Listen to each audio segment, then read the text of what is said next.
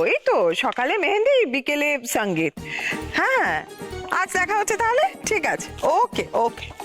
এই সোহাগ, সোহাগ তাড়াতাড়ি করো, হারিয়া মেহেন্দিটা রেডি করো। আরে বাবা, আমাদের মেহেন্দিটা নিয়ে যেতে হবে তো ওখানে, নাকি? তাড়াতাড়ি করো সোহাগ। শাশুড়ি মা, এই তো সোহাগ। কোথায় মেহেন্দিটা, কোথায়? এই তো রূপা দিদি এই থালাটা দিয়ে বললেন না এইটার মধ্যে নিয়ে যেতে, আমি এইটা রেডি করে দিয়েছি, মেহেন্দিগুলো সাজিয়ে দিচ্ছি। ব্যাস অমনি। রূপার ঘাড়ে দোষটা চাপিয়ে দিচ্ছিলে। রূপা তোমায় বলেছে এই গাইয়াপনা ছবিগুলো ওই ট্রেতে আঁকতে। আরে বাবা, এই গাইয়া ছবিগুলো একে তো ট্রেটার একেবারে 12টা বাজিয়ে দিলে। এটা কোনো গাইয়া ছবি নয়, এটাকে আলপনা বলে। আমাদের ঐতিহ্য এবং সংস্কৃতি অনুযায়ী যে কোনো শুভ কাজেই আলপনা দেওয়া হয়। দুর্ভাগ্যবশত এই ঐতিহ্য, এই সংস্কৃতি আমরা ভুলতে বসেছি। প্লিজ ইন্দ্র, আমাদের হাতে এখন অনেক কাজ। এখন আমাদের দেশের ঐতিহ্য সংস্কৃতি নিয়ে আলোচনা করার সময় নেই, পরে করব।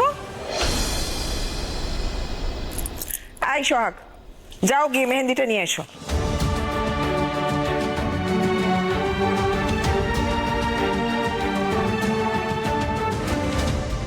মম, আমরা রেডি হয়ে গেছি। বাট মম, মেহেন্দিটা কোথায়? যাকে মেকআপ টেকআপ সব সেরে এসেছো, এখন মেহেন্দির খোঁজ পড়েছে, তাই তো? তোমরা কোথায় খোঁজও রাখো না, খবরও রাখো না। মেহেন্দির ট্রেটা কিভাবে সাজানো হবে, সেই মেহেন্দি কিভাবে যাবে, এই পুরো আয়োজনটা সোহাগ যত্ন করে করে রেখেছে। তোমরা সেই যত্নের ফসলটা শুধু নিয়ে যাও, এটাই তোমাদের কাজ। সোহাগকে নিয়ে বাবার এই বাড়াবাড়িটা কিন্তু আমার একদম সহ্য হচ্ছে না। Exactly so. সার্থক, তুমি যাও তো বাইরে, দেখো তো ড্রাইভার গাড়িটা বের করেছে কিনা। তাড়াতাড়ি যাও। শোনো, তোমরা তাড়াতাড়ি মেহেন্দিটা নিয়ে বেরিয়ে পড়ো, দেরি হয়ে যাচ্ছে। কি হলো সোহাগ? সোহাগ, মেহেন্দিটা নিয়ে এসো তাড়াতাড়ি। যাও, রূপার হাতে দাও। আচ্ছা মম, আমরা সোহাগকে আমাদের সাথে নিয়ে যাই। হোয়াট? কেন? দেখো, তোমাদের ড্যাড যতই সোহাগকে প্রেস করুক না কেন, ও কিন্তু আমাদের মেড, এবারে কাজের লোক। ওকে তুমি দিনাদের বাড়িতে নিয়ে যাওয়ার কথা ভাবলে কি করে? মম, ও মেড বলেই তোকে নিয়ে যেতে চাইছি। রাস্তায় যদি আমাদের কোনো হেল্প লাগে তাহলে সেটা সোহাগ আমাদেরকে করে দিতে পারবে। ওকে ফাইন, নিয়ে যাও।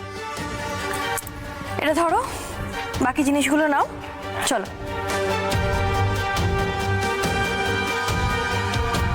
টিয়া, টিয়া, টিয়া এদিকে এসো। হ্যাঁ ম্যাডাম। এক এক করে সব ট্রেগুলো নিয়ে গাড়িতে তোলো, যাও তাড়াতাড়ি।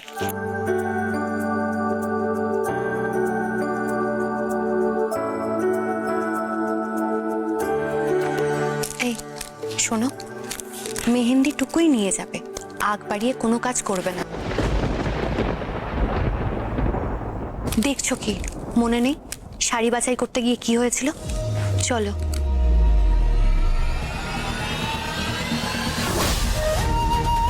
এই শাড়িটার রংটা খুব সুন্দর, এটা আপনাকে দারুণ মানাবে। কি হলো? এসো।